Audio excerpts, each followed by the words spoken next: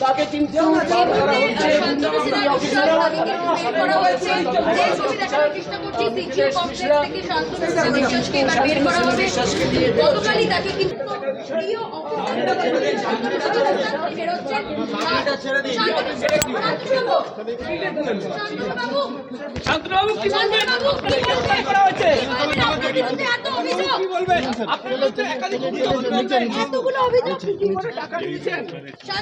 শান্তনুর সঙ্গে কোনো কানেকশন